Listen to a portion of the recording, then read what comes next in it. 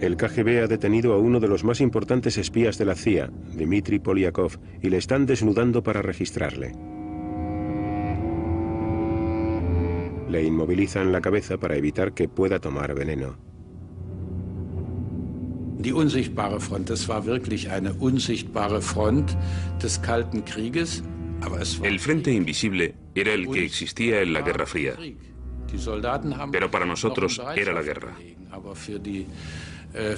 Puede que los soldados estuvieran en alerta, pero para nosotros y para todos los que se internaron en el frío, era una guerra de verdad.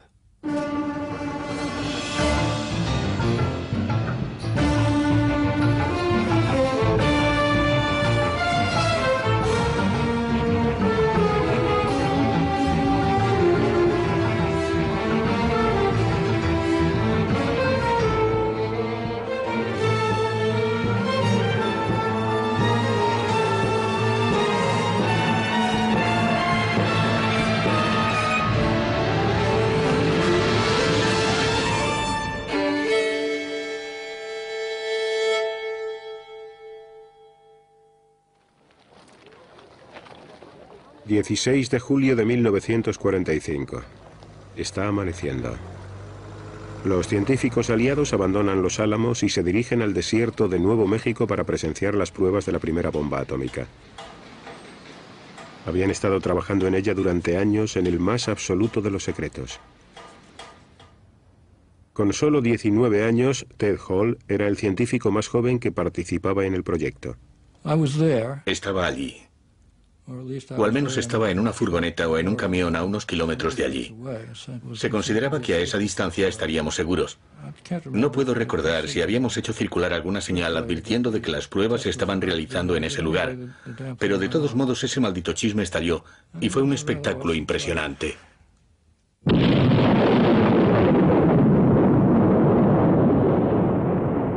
Para Ted Hall, la Guerra Fría había comenzado un año antes. Decidí revelar secretos atómicos a los rusos, porque, en mi opinión, era importante que no existiera un monopolio y que de este modo ninguna nación pudiera convertirse en una amenaza para el mundo, igual que sucedió con la Alemania nazi. Y todo parecía indicar que solo existía una solución al problema. Lo correcto era actuar para romper el monopolio estadounidense. Había más personas que opinaban como él. El KGB tenía algunas fuentes dentro de Los Álamos que no se conocían las unas a las otras. El científico Klaus Fuchs y Ted Hall pasaron detalles sobre cómo detonar armas nucleares por implosión, un principio tan nuevo para la ciencia soviética que ni siquiera tenía un equivalente en el idioma ruso.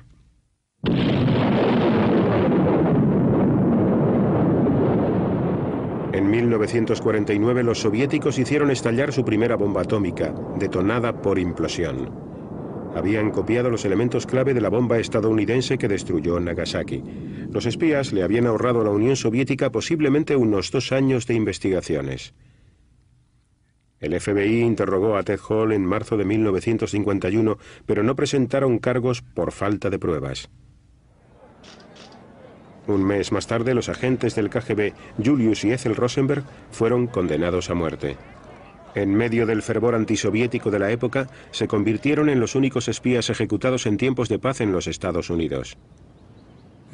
Era algo horrible, y con toda certeza introdujo en nuestro país la creencia de que allí el pueblo se consumía entre las llamas, y de que nosotros no estábamos lejos del fuego y podíamos arder también. Los servicios de inteligencia estaban en una situación muy desigual. El KGB operaba en Occidente, pero la CIA se enfrentaba a un mundo hermético. Los trenes que atravesaban la frontera finesa en dirección a Rusia estaban sellados con postigos de acero.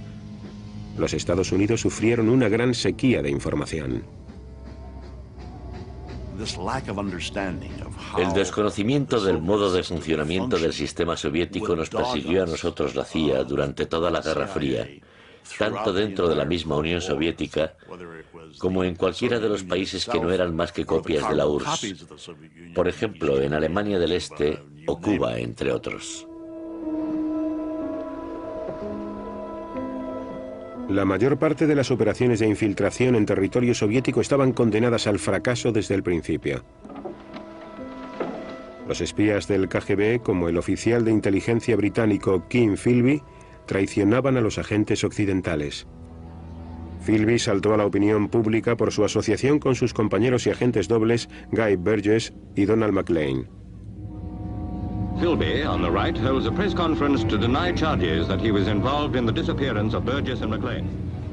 Well, if there was a third man, were you in fact the third man? No, I was not. Do you think there was one? No comment. Well, Mr. Philby, the disappearance of Burgess and McLean is almost as much of a mystery today as it was when they went away about 4 years ago or more. Can you shed any light on it at all? No, I can't.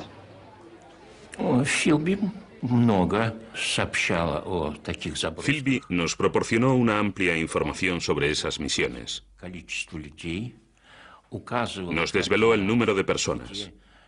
Nos informó de quiénes eran sus coordinadores, de dónde y cómo llevarían a cabo las operaciones, y de si llegarían a nuestro territorio en paracaídas o por mar.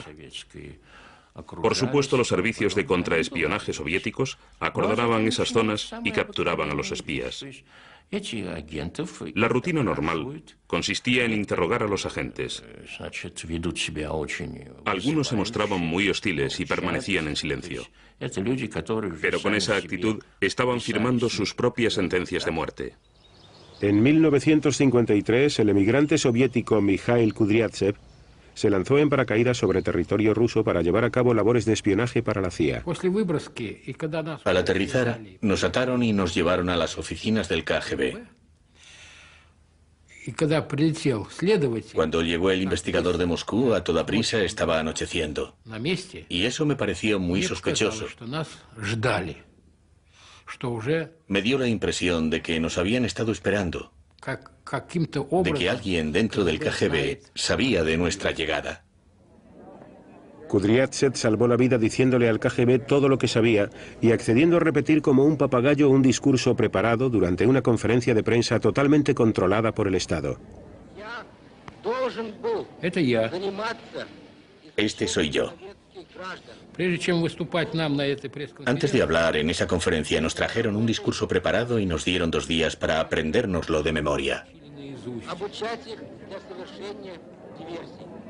Kudryavtsev hizo saber al mundo que había cometido un gran error al pensar mal de la Unión Soviética, que se encontraba sola en su lucha por mantenerse en pie. Para mí fue muy duro tener que decir esas palabras. Muy duro. Pero tuve que hacerlo para que no me llevaran de vuelta a Lubianka.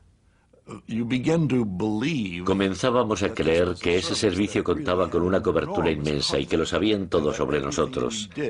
Ni siquiera un gorrión podía caer sobre territorio ruso sin que el KGB lo averiguara.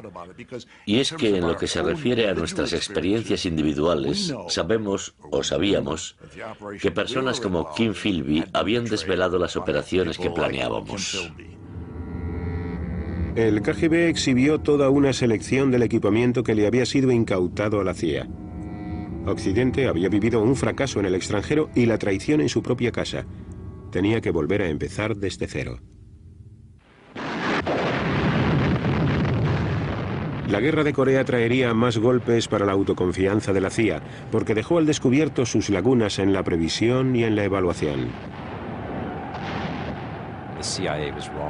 La CIA se equivocaba sobre el comienzo de la guerra. Se equivocaban sobre la implantación y la intervención de China en el conflicto. Y también se equivocaban con respecto a las capacidades de las Fuerzas Armadas norcoreanas. Creo que la guerra de Corea, en lo que a sus fallos de inteligencia se refiere, enseñó muchas lecciones a los servicios políticos y de inteligencia. Y una de las más importantes fue que debíamos mejorar nuestra inteligencia técnica y hacer que las señales y las comunicaciones de estos servicios fueran más que un compromiso. Y con esto contaríamos con muchos recursos que, unidos a la Agencia de Seguridad Nacional y todos agrupados bajo el control del Pentágono, nos permitirían desarrollar una capacidad para interceptar mensajes en cualquier parte del mundo, lo que pondría a nuestra disposición una información extremadamente vital para los agentes de los servicios de inteligencia. Berlín era un centro de comunicaciones donde innumerables líneas de teléfono y de teletipo se cruzaban bajo la ciudad.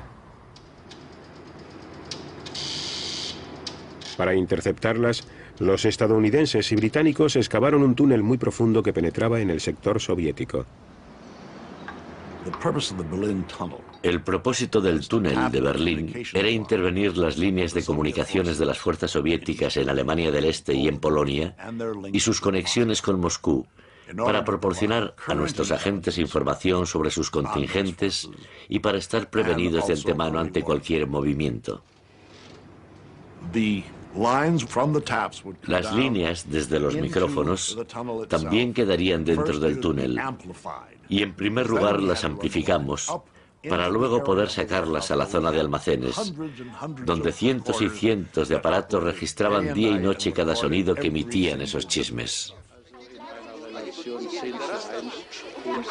Desde el comienzo, un contacto de los soviéticos, situado dentro de los servicios de inteligencia británicos, le había revelado esta operación al KGB. El traidor era George Blake. Yo era el secretario de la reunión en la que se planeó el túnel. De manera que pude dibujar un simple esbozo que mostraba cuál iba a ser su trazado y qué cables pretendía intervenir.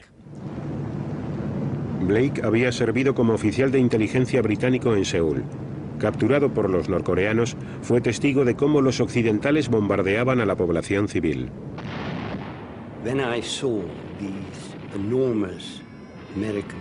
Cuando vi la inmensa fortaleza volante de los Estados Unidos cernirse sobre lo que parecían ser pueblos coreanos indefensos, sentí pena. En ese momento comprendí que me encontraba en el lado equivocado y pensé que debía hacer algo para remediarlo. Blake regresó a casa con el primer grupo de prisioneros de guerra que Corea liberó después del armisticio firmado en 1953. How did you find the food out there, Mr. Blake? Well, the food was adequate, but very monotonous. It was monotonous, was it? I mean, anything special? I mean, any odd things they gave you to eat or anything? No, just rice and turnips, mainly. That's pretty impressive diet, isn't it? 3 times a day. Blake regresó a la inteligencia británica, pero ahora era un espía del KGB. I was given a Minox camera.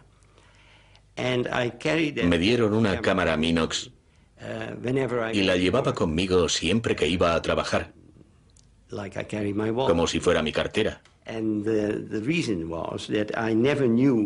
Porque nunca sabía si iba a encontrar sobre mi mesa documentos importantes que mereciera la pena fotografiar.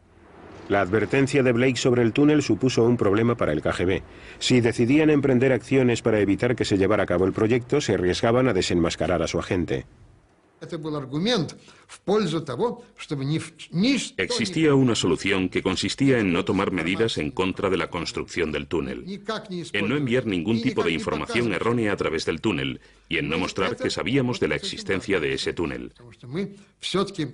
Eran unas decisiones trascendentales porque sabíamos que mientras Blake permaneciera en la inteligencia británica no sería de gran ayuda. De manera que el túnel de Berlín funcionó por cortesía del KGB. Y la CIA, mientras tanto, disfrutaba del filón que este proyecto suponía para los servicios de inteligencia. Recibimos la orden militar de combate destinada a las fuerzas soviéticas de Alemania y Polonia. Y disponíamos información procedente de Moscú, por ejemplo, de toda la reorganización del Ministerio de Defensa.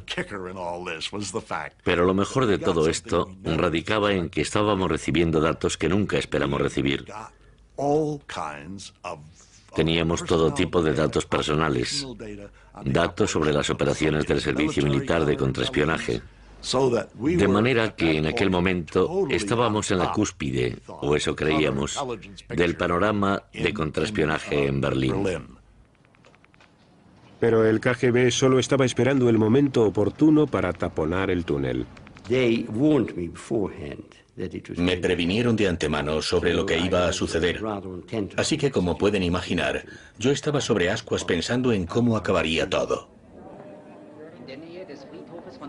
Una noche de abril del año 1956. Las fuertes lluvias causaron un fallo en los tendidos eléctricos, proporcionando al KGB la excusa que necesitaba. Así fue como transformaron la gesta de la inteligencia occidental en una victoria para la propaganda soviética. Obviamente, entre nosotros reinaba la tristeza más absoluta. Por otro lado, nos limitamos a encogernos de hombros y a decir, bueno, de todos modos tuvimos suerte de que durase tanto tiempo. 5 años después, George Blake fue traicionado a su vez y condenado a 42 años de cárcel. Le había proporcionado al KGB los nombres de casi 400 agentes que trabajaban para Occidente, supuestamente bajo la condición de que no sufrieran daño alguno. Durante mi juicio, que se celebraba a puerta cerrada,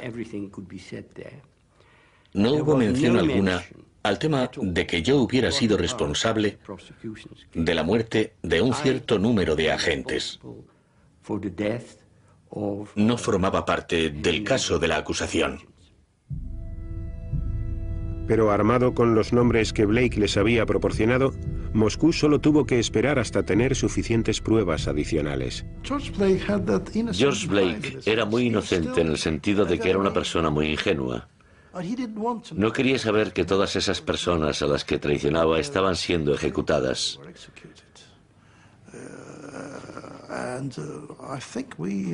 E incluso creo que llegamos a discutir ese tema en un determinado momento, pero no quiso creerlo. En su lugar dijo, bueno, me dijeron que eso no ocurriría, pero ocurrió.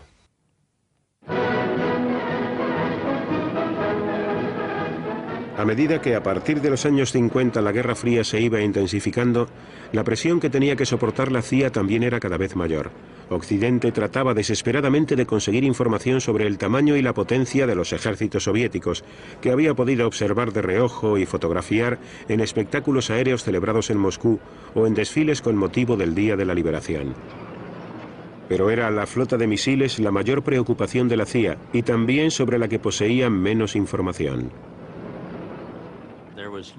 No muchas personas de los servicios de inteligencia estaban al corriente de los despliegues de misiles en la Unión Soviética. Había pocos servicios de comunicación que plantearan la posibilidad de que esta fábrica o aquella ciudad pudieran estar involucradas en este tipo de actividades debido a su comunicación con emplazamientos conocidos de misiles. Pero lo que más echábamos en falta era alguna evidencia firme y consistente de que realmente estaban desplegando su arsenal. Desde 1956, la superioridad técnica de los estadounidenses comenzó a proporcionarles respuestas.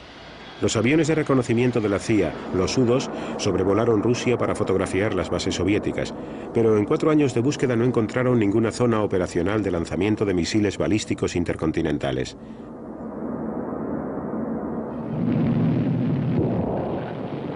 Más tarde, en 1960, Estados Unidos lanzó con éxito un satélite equipado con una cámara. Después de 17 órbitas, la cápsula con la película fue catapultada al espacio, capturada en el aire y devuelta a tierra para su análisis. Un vuelo posterior confirmó la existencia de un área de lanzamiento de misiles balísticos intercontinentales soviéticos. El resto de las piezas del puzzle las aportó el que quizás haya sido el espía más grande de toda la Guerra Fría. Esta es una fotografía de Oleg Penkovsky, coronel del Ejército Rojo, con todas las medallas que ganó durante la Segunda Guerra Mundial. Era un soldado muy guapo y un gran patriota estadounidense. Esta fotografía fue tomada en el Hotel de Londres en 1961 tras una de nuestras reuniones. Oleg Penkovsky, a la izquierda, y yo a la derecha, estamos disfrutando de un vasito de vino. Penkovsky nos tranquilizó con respecto a la limitación del poder soviético. Mientras tanto seguían siendo una terrible amenaza, y de eso no cabe la menor duda. Eran absolutamente poderosos militarmente hablando, pero no tanto como habían calculado nuestros expertos, y Oleg nos ayudó a situarlos en el nivel que realmente les correspondía. No medían 3 metros, eran más o menos de mi tamaño, 1,85 m. Penkovsky reveló la carencia soviética de cabezas nucleares y sus problemas con los sistemas de teledirección. Actuaba motivado por el resentimiento que sintió cuando su carrera en la inteligencia militar se estancó, pero también porque temía que la osadía de Khrushchev llevara al mundo al desastre. Khrushchev le dijo a Kennedy, «Yo quiero la paz, pero si tú quieres la guerra, ese es tu problema». Sin embargo, Penkovsky informó a la CIA de que Khrushchev se estaba marcando un farol. Kennedy debería permanecer firme, dijo. Khrushchev no va a lanzar ninguno de sus misiles, no está preparado para una guerra. Quien sea capaz de leer los pensamientos de todos los Khrushchevs del mundo, tendrá un arma que ninguna cantidad de información técnica podría darle. Y eso es lo que Penkovsky podía proporcionarnos. La información de Penkovsky fue decisiva para los Estados Unidos durante la crisis de los misiles cubanos, que tuvo lugar en 1962. Las fotografías realizadas desde los U-2 revelaban la presencia en Cuba de misiles soviéticos. Sin embargo, Penkovsky ya había transferido a los Estados Unidos los manuales de operaciones. Con el mundo más cerca de un conflicto nuclear que en toda la Guerra Fría, los expertos de los servicios de inteligencia fueron llamados a la Casa Blanca para informar al presidente Kennedy. Lo primero que el presidente nos preguntó fue, ¿cuánto tiempo tenemos antes de que lancen esos misiles? Y Art Landau dijo, bueno, el señor Graybill es el experto en misiles, de manera que se volvió hacia mí. Yo seguía en pie detrás del presidente McNamara y Rusk, y durante los siguientes 5 o 10 minutos me bombardearon con sus preguntas. Para responder a la del presidente, ¿cuánto pueden tardar en lanzar esos misiles? Confié en la combinación de las fuerzas de los servicios de inteligencia, pero sobre todo en la información de Penkovsky, que nos había contado cómo operaban sobre el terreno los citados misiles. Al parecer, gracias a los consejos de la CIA, el presidente dispuso de 3 preciosos días para respirar tranquilo. Irónicamente, el mismo Penkovsky estaba en esos momentos sometido a la vigilancia del KGB. La última vez que Joe Bullick le vio fue en París. Nunca pensé que estuviera en peligro, de lo contrario hubiera insistido en que se quedase. De hecho, si hubiera sido necesario, le hubiera obligado o incluso secuestrado para que no se fuera, pero realmente nunca sentí que esa fuera nuestra última reunión en París. Nunca creí que estuviera en peligro. De regreso a Moscú, Penkovsky envió un mensaje que parecía rutinario. Penkovsky nos dio una señal de que estaban preparando un lanzamiento mortífero, y entonces enviamos a Dick Jacobs para que se ocupara del asunto. Le detuvieron y a los pocos segundos el caso estaba cerrado. Estaba muerto, y Penkovsky estaba en manos del KGB. Eso es todo. Расскажите о начале вашей преступной деятельности. В ноябре 1960 года я решил войти в контакт с американской разведкой, для чего я подготовил письмо, в котором высказал эту свою просьбу и желание начать со мной работу. El principal interrogador del KGB era Alexander Zakboktin. No le interrogamos en una sola ocasión, ni 10 ni 20, sino que debieron ser unas 100. Era perfectamente consciente de que sus acciones podían ser castigadas con la muerte y solía preguntarme, ¿me van a ejecutar? Nunca le dije que no fuesen a ejecutarlo, y le repetía una cosa. Solo si confiesas todo lo que sabes y realmente te arrepientes, solo en ese caso puedes esperar clemencia.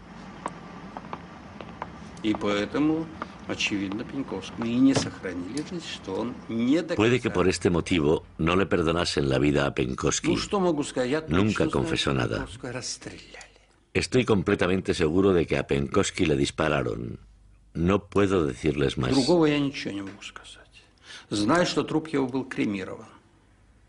Sé que su cuerpo fue incinerado. Y no sé nada más, y tampoco me interesa.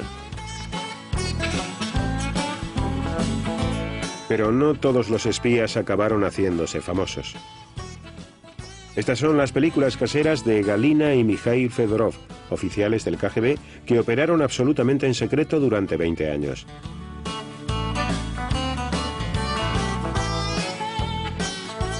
Nunca los capturaron. En caso de guerra tomarían su puesto para espiar detrás de las líneas enemigas.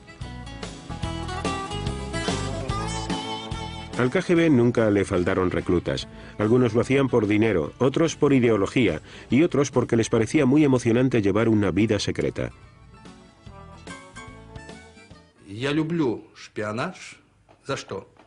Adoro el espionaje. ¿Por qué? Porque se puede palpar la aventura, el riesgo y la incertidumbre. Porque cuando sales a reunirte con un agente, nunca sabes si te van a detener. Le da una nota de color a la vida.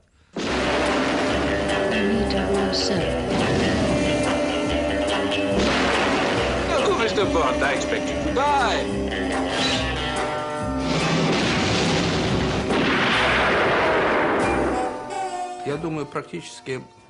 La obsesión por los espías en Londres comenzó aproximadamente por la época en la que llegué a la ciudad. En 1961 nos invitaban a todas partes. Éramos muy populares. Nos invitaban a fiestas privadas y su actitud con respecto a nosotros era muy buena. Pero a medida que avanzaban los años 60, llegaron los grandes desastres, como el de Blake y otros espías del KGB. Luego se produjo el escándalo Profumo con la prostituta Christine Keeler. Este suceso conmocionó en cierto grado a Gran Bretaña. Después, cuando llegaba a algún lugar, la gente me preguntaba, ¿es usted un espía? A lo que yo respondía, por supuesto que soy un espía. Los gobiernos occidentales estaban cansando de que hubiera tantos agentes del KGB en su zona. En 1971, los británicos expulsaron a 105 agentes de la inteligencia soviética que fueron identificados por un desertor. La tecnología poco a poco se iba ocupando de las tareas más duras del espionaje. Ahora los satélites podían interceptar las comunicaciones radiofónicas y los datos de las pruebas de lanzamiento de los misiles de los rivales. Las películas filmadas desde el espacio ya no tenían que ser devueltas a la Tierra.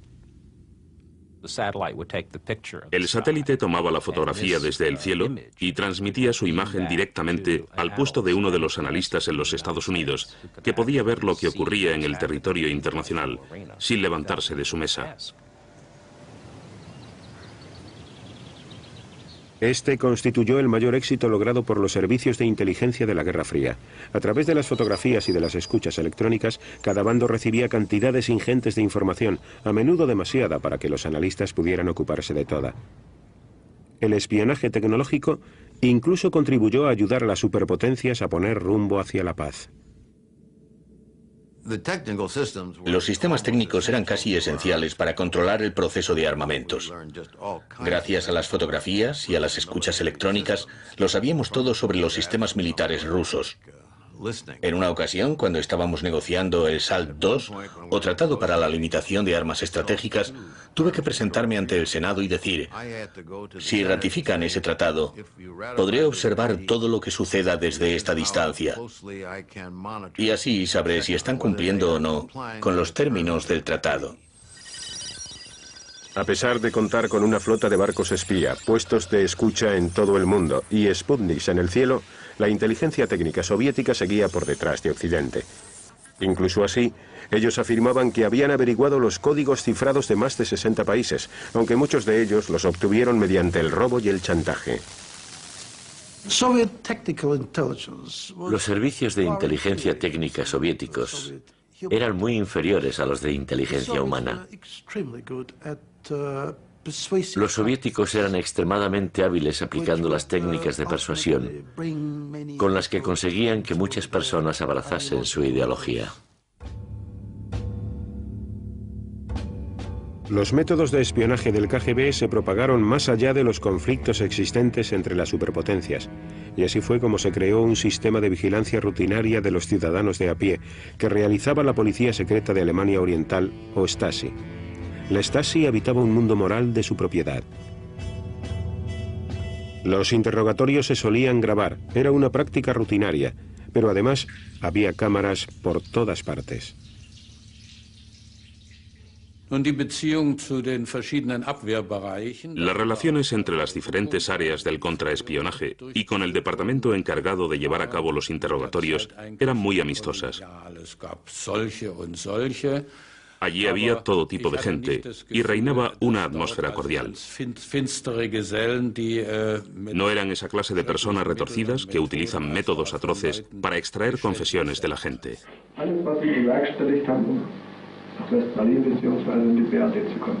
Nichts, was habe ich denn bewerkstelligt? Ich habe nichts unternommen. Das ist doch gar nicht wahr. Was habe ich denn unternommen? Fragen Sie mich doch, ich erzähle Ihnen. Ich habe nichts unternommen. Natürlich. Ich habe nichts, gar nichts. Also es gab schon sehr Schlimmes. Bueno, ocurrieron cosas terribles. Hubo muchos casos de injusticia, especialmente en los últimos años. Y eso me preocupaba mucho.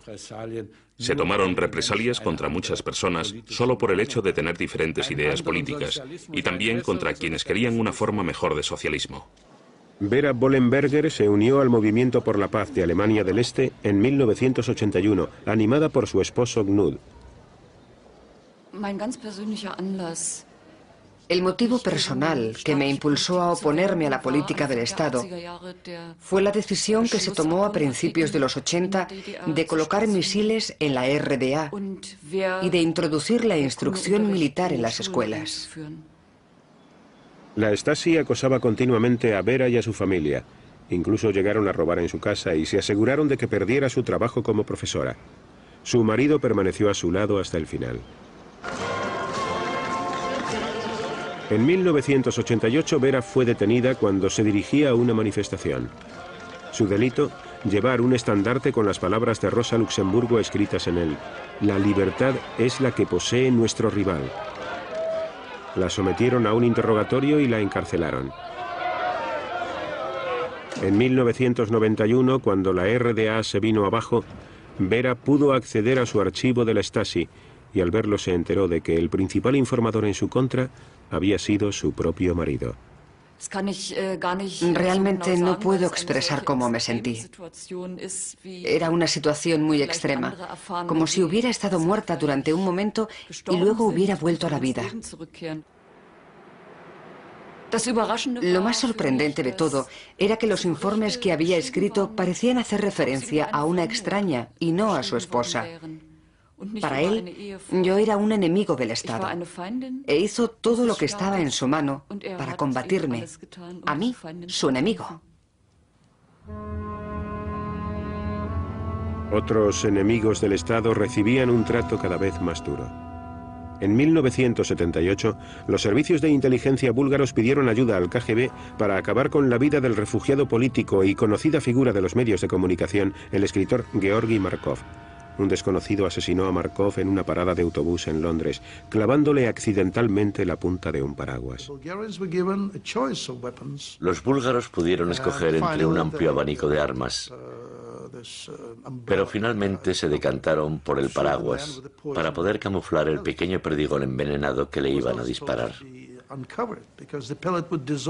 Se suponía que nadie lo descubría porque el perdigón debía disolverse en el cuerpo en 24 horas, si no recuerdo mal. Yo no estaba involucrado en ninguna de las ejecuciones, pero estaba al corriente de todas.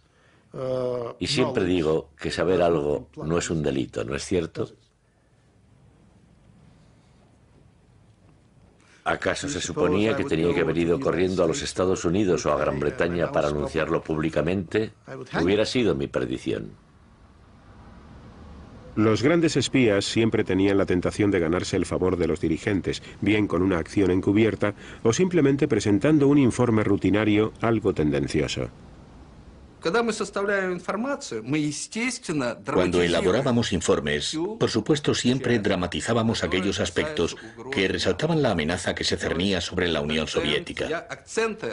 Haciendo hincapié en las cosas adecuadas, me aseguraba de que mi informe llegara directamente a lo más alto, al Politburó.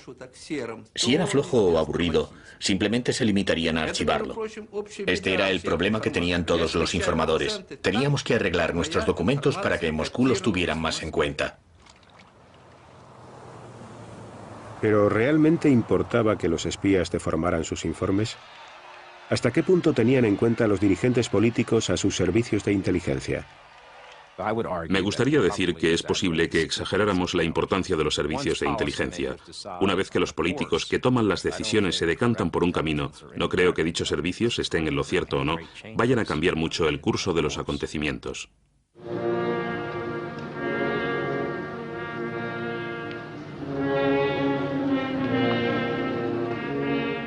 Noviembre de 1988. Kim Philby es enterrado con todos los honores en un cementerio de Moscú. Primero, hacía ya casi 50 años, había traicionado a Gran Bretaña pasando secretos al KGB. Pero nunca se llegaba a depositar plena confianza en los conversos. Al final, el KGB le abría el correo y tenía su teléfono pinchado. Parecía que la era de este espía había terminado. De hecho, durante los 80 la CIA había situado a sus agentes cuidadosamente dentro de los servicios de inteligencia y los círculos de defensa soviéticos.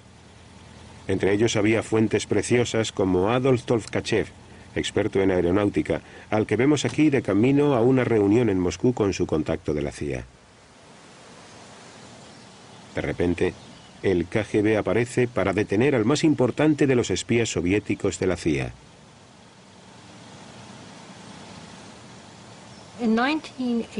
En 1985 comenzamos a perder casos. Y con eso me refiero a que algunos de los agentes soviéticos que trabajaban para nosotros desaparecieron. Esto nos llevó a pensar que algo iba mal, pero no nos imaginamos que se trataba de un topo. Y entonces Occidente perdió al general Dmitry Polyakov, de la inteligencia militar soviética. Polyakov se había retirado tras 18 años ejerciendo como espía, cuando el KGB saltó sobre él. Había sido reclutado mientras se encontraba en las Naciones Unidas, en Nueva York.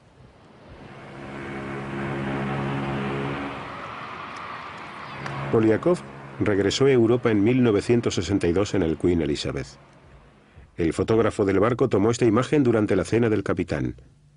Sentado tan solo unas mesas más allá se encontraba el hombre del FBI que le había introducido en esto, John Maybe. Dijo, no estoy nada satisfecho con el cariz que están tomando las cosas en la Unión Soviética. El gobierno no se preocupa por el pueblo. Han iniciado una guerra con los Estados Unidos que no tienen ninguna posibilidad de ganar y los únicos que sufrirán las consecuencias de todo esto serán los ciudadanos rusos. Nos reunimos en el Queen Elizabeth todos los días que el barco pasó en el mar, incluso 2 veces al día. Revisamos literalmente miles de fotografías de soviéticos que habían pasado por los Estados Unidos o que se habían establecido por todo el mundo. Y él identificó un cierto número de esas imágenes con nombres y apellidos. Polyakov era nuestra joya de la corona y trabajó para nosotros durante muchos años.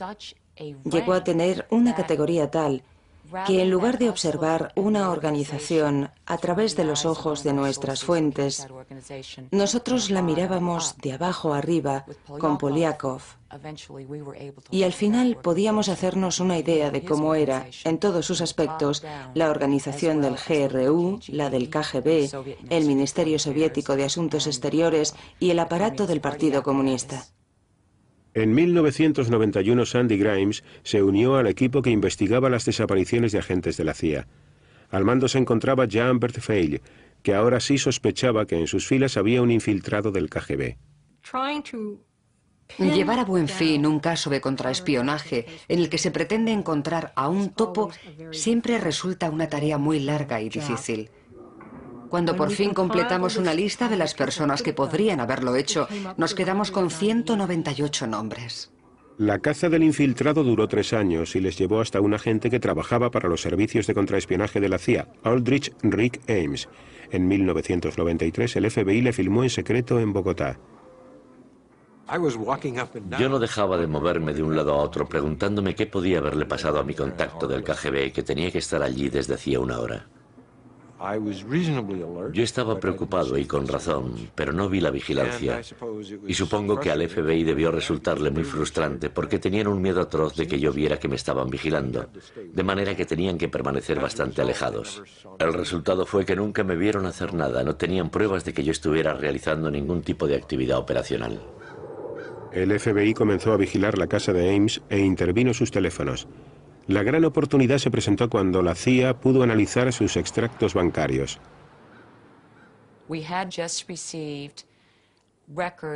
Uno de los bancos de Rick nos envió la documentación. Dan estaba leyendo los datos y yo entré en el ordenador y de repente, oh Dios, fue increíble. Habíamos recibido informes de que el 17 de mayo Rick había comido con su contacto soviético Chubakin. El 18 de mayo había un ingreso en su cuenta corriente de $9.000.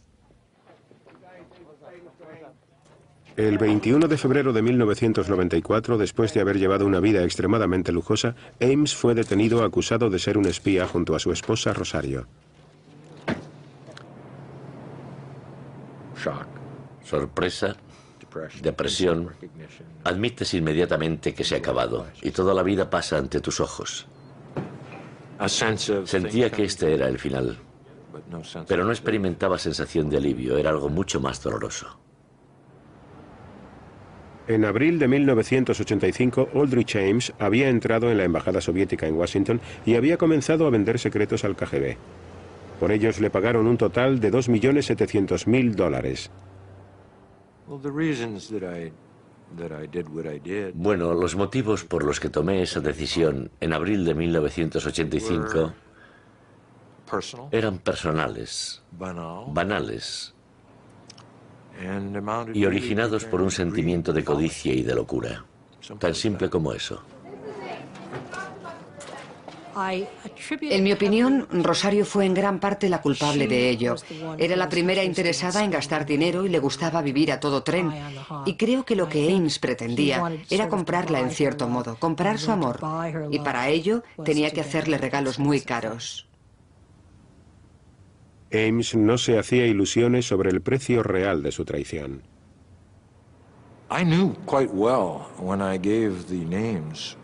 Cuando di los nombres de nuestros agentes en la Unión Soviética,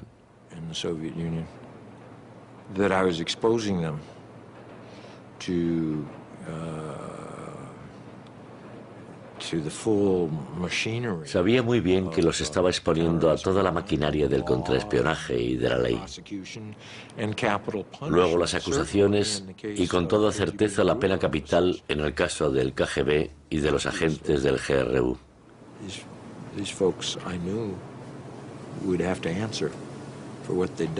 Evidentemente, yo sabía que esos chicos tendrían que responder por sus actos.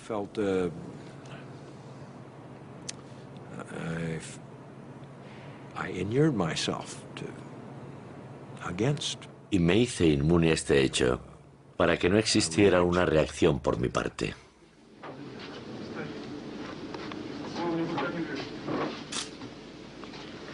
Dmitry Polyakov fue uno de los 25 agentes a los que Ames traicionó. De ellos, 10 fueron ejecutados y uno se suicidó.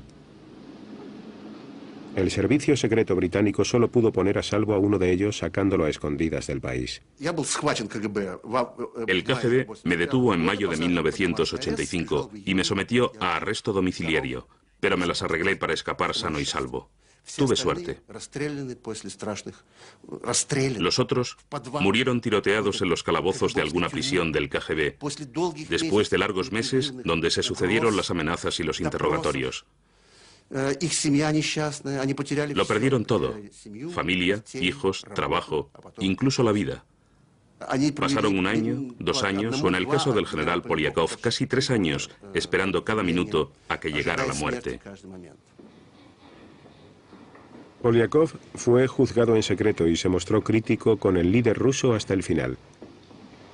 Le había proporcionado a Occidente una información preciosa sobre los misiles soviéticos, la estrategia nuclear y la guerra química y biológica. Sin embargo, fueron muchos los espías que sacrificaron su libertad o su vida en ciclos destructivos de continuas represalias. Los hombres como Polyakov revelaron nombres, revelaron secretos, y yo hice lo mismo por razones que a mí me parecían suficientes.